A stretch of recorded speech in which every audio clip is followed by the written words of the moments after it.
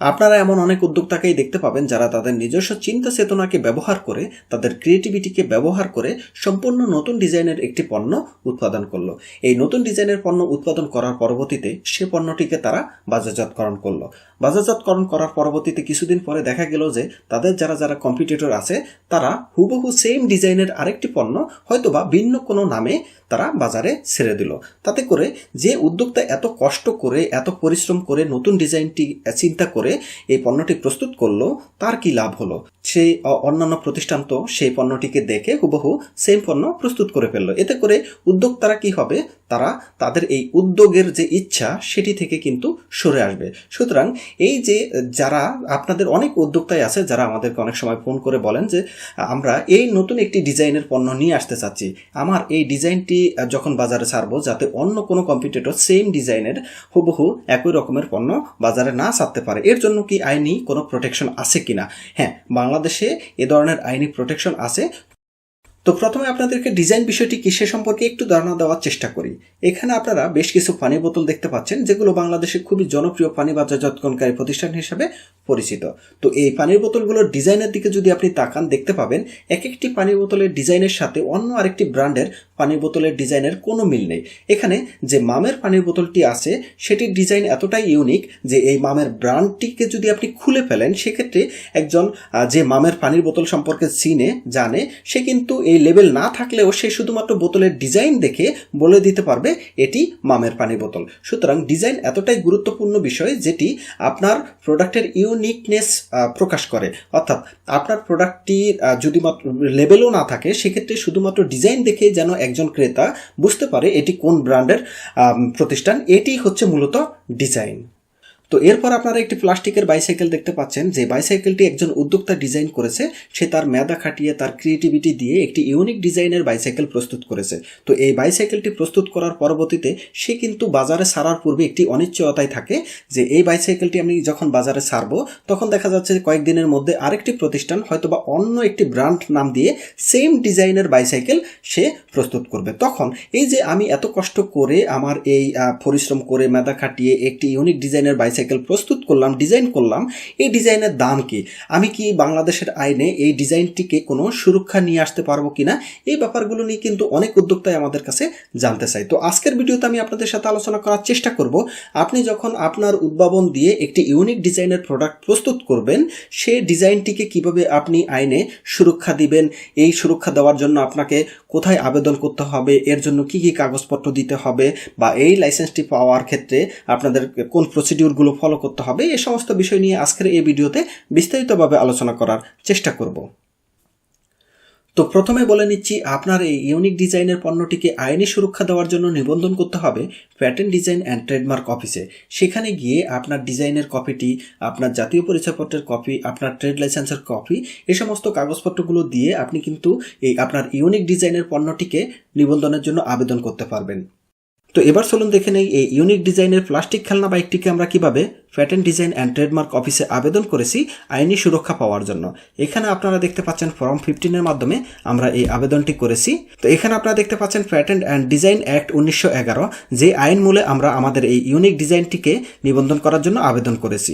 এখানে আপনারা দেখতে পাচ্ছেন application for registration or design, অর্থাৎ আমরা একটি ডিজাইনের জন্য আবেদন করেছি যেটি সেকশন 43 অনুসারে। এরপরে দেখতে পাচ্ছেন you are requested to register the accompanying design in class নং 3। এখানে আমরা আমাদের যে আবেদনটি অর্থাৎ প্লাস্টিক খেলনা বাইকটিকে সেটি ক্লাস 3-এ আবেদন করেছি। আপনারা আপনাদের যে ডিজাইনটি আবেদন করবেন সেটি কোন ক্লাসে যাবে সেটি কিন্তু খুবই সাবধানতার সহিত দেখে নেবেন। এখানে একটি বিষয় বলে নেই, এই ডিজাইনের জন্য টোটাল 15টি ক্লাস আছে। সুতরাং আপনাদের আবেদনকৃত ডিজাইনটি কোন ক্লাসে যাবে সেটি যদি আপনারা চূড়ান্তভাবে নিশ্চিত না হয়ে আবেদন করেন, সেক্ষেত্রে আপনাদের আবেদনটি কোনো কাজে আসবে না। এর পরবর্তীতে দেখতে পাচ্ছেন যে আমাদের যে আবেদনকারীর নাম, নেম আব্দুল মালেক, তার ঠিকানা এখানে দেখতে পাচ্ছেন। একই সাথে এই আবেদনকারীর আরো বেসিক কিছু তথ্য আপনারা এখানে দেখতে পাচ্ছেন। আব্দুল মালেক প্রোপ্রাইটর। এখানে দেখুন আমরা কার বরাবর আবেদন করেছি, to the registrar the department of patents design and trademark, অর্থাৎ যে প্যাটেন্ট ডিজাইন অ্যান্ড ট্রেডমার্ক অফিসের রেজিস্টার বরাবর আবেদন করেছি, যেটি শিল্প মন্ত্রণালয়, মিনিস্ট্রি অফ ইন্ডাস্ট্রির আন্ডারে। তো এই অফিসে আমরা আমাদের এই প্লাস্টিক খেলনা বাইকটির জন্য আবেদন করেছি। এখানে আপনারা দ্বিতীয় পাতায় দেখতে পাচ্ছেন যে আমাদের যে খেলনাটি সেটির ছবিটি আমরা এখানে সংযুক্ত করে দিয়েছি, এবং এখানে আপনারা টাইটেল দেখতে পাচ্ছেন প্লাস্টিক অ্যান্ড স্টেটমেন্ট অফ নভেলটি, আমাদের যে নতুনত্ব সেটির বিবরণ এখানে আমরা দিয়েছি। তো এখানে দেখতে পাচ্ছেন the imposed design of plastic toy bicycle manufactured by Messrs Sadek plastic industries, অর্থাৎ উপরোক্ত যে ডিজাইনটি প্রদান করা হয়েছে প্লাস্টিকের বাইসাইকেল, সেটি ম্যানুফ্যাকচার বা প্রস্তুত করা হয়েছে মেসার সাদেক প্লাস্টিক ইন্ডাস্ট্রিজের পক্ষ থেকে। Is based on innovation, originality and combination of colours as শোন ইন দ্য অ্যাবভ ফটো। উপরের যে ফটোতে দেওয়া আছে সেটি মেসার সাদেক প্লাস্টিক ইন্ডাস্ট্রিজ প্রস্তুত করেছে, যেটি একান্ত আমাদের নিজস্ব ইনোভেশন, অরিজিনালিটি ইত্যাদি তথ্যগুলো এখানে দেওয়া আছে।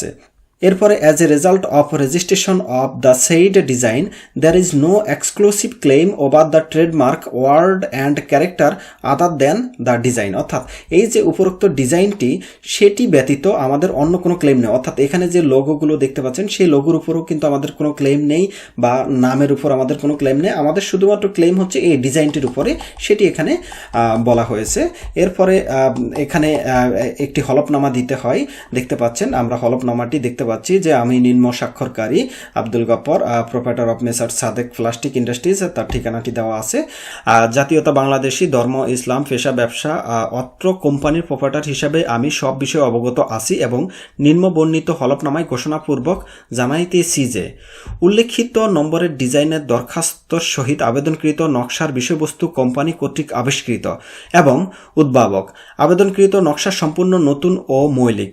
আমি বা আমাদের কোম্পানি কাহারও অনুসরণ করি নাই। এই নকশা আমার প্রতিষ্ঠানের বহু অর্থ ব্যয় এবং পরিশ্রমের বিনিময়ে অর্জিত। দ্বিতীয়টি হচ্ছে উক্ত ডিজাইন দরখাস্ত নং, যাহা বাংলাদেশ সরকার শিল্প মন্ত্রণালয়ের অধীন প্যাটেন্ট ডিজাইন ও ট্রেডমার্ক অধিদপ্তর প্যাটেন্ট ডিজাইন উইং ডাকাতে নকশা নিবন্ধনের জন্য আপেক্ষিত, যাহার নকশার বিষয়বস্তু আবেদনের পূর্বে জনগণ কর্তৃক বিদিত ছিল না এবং বাজারজাত করা হয় নাই। তার পরবর্তীতে দেখতে পাচ্ছেন উপরোক্ত বিবরণ আমার জ্ঞান ও বিশ্বাস মতে সঠিক ও সত্য জানিয়া অদ্য এত ইং তারিখে নোটারি পাবলিক ঢাকার এজলাসে এই হলফনামা সহি সম্পাদন করিলাম। এরপরে যে হলফকারী অর্থাৎ আবেদনকারী এই ডিজাইনটির জন্য তার সিগনেচার দেখতে পাচ্ছেন।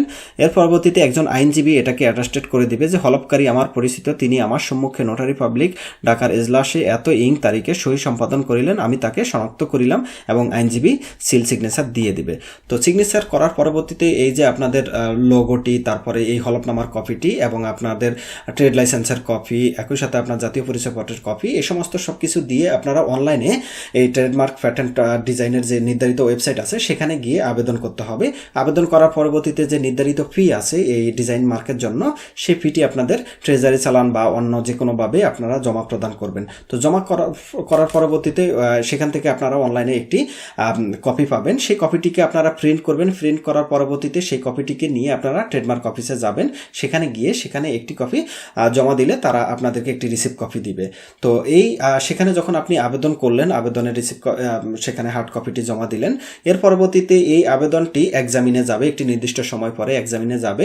সেখানে একজন এক্সামিনার দেখবে যে আপনি যে ডিজাইনটি করেছেন বাই দিস টাইম সেটি অন্য কেউ আবেদন করেছে কিনা, বা এই সেম ডিজাইনের অন্য কোনো কেউ লাইসেন্স নিয়েছে কিনা, বা অন্য কারো কোনো আপত্তি আছে কিনা, এগুলো কিন্তু সে যাচাই বাছাই করে দেখবে। যাচাই বাছাই করে যদি কোনো আপত্তি থাকে সেক্ষেত্রে কিন্তু আপনাকে সিটি ইস্যু করবে এটির জবাব দেওয়ার জন্য। আর যদি কোনো আপত্তি না থাকে সেক্ষেত্রে কিন্তু আপনাদের এই ডিজাইন মার্কের লাইসেন্সটি প্রদান করবে। তো লাইসেন্সটি যখন আপনি পাবেন ডিজাইনের, তখন কিন্তু আপনার এই সেম ডিজাইনে যদি অন্য কোনো ব্যক্তি বা অন্য কোনো প্রতিষ্ঠান কোনো প্রোডাক্ট নিয়ে আসে, সেক্ষেত্রে কিন্তু তার বিরুদ্ধে আপনি মামলা করতে পারবেন, তার বিরুদ্ধে ক্ষতিপূরণের মামলাও করতে পারবেন, একই সাথে তাকে জেল জরিমানা করাতে পারবেন। তো আপনি যখন এই আইনে নিবন্ধন করবেন আপনার ডিজাইনটিকে, সেটি যে কোনো ডিজাইনই হোক না কেন, আপনার যদি আপনার প্রতিষ্ঠানে যদি 20টি ডিজাইনের পণ্য হয়ে থাকে, 20টির জন্য 20টি ডিজাইনের আবেদন আপনি করতে পারবেন। সেক্ষেত্রে কিন্তু আপনি ওই ডিজাইনের পণ্যগুলো সুরক্ষা পাবে, আইনি সুরক্ষার মধ্যে চলে আসবে। তো এই ডিজাইন মার্ক নিয়ে যদি আরও কোনো প্রশ্ন থাকে, কোনো তথ্য জানতে চান, সেক্ষেত্রে কিন্তু আমাদেরকে ফোন দিতে পারবেন। আমার ফোন নাম্বার 01917568 940। তো সবাই ভালো থাকবেন, সুস্থ থাকবেন। সবাইকে ধন্যবাদ। আল্লাহ হাফেজ।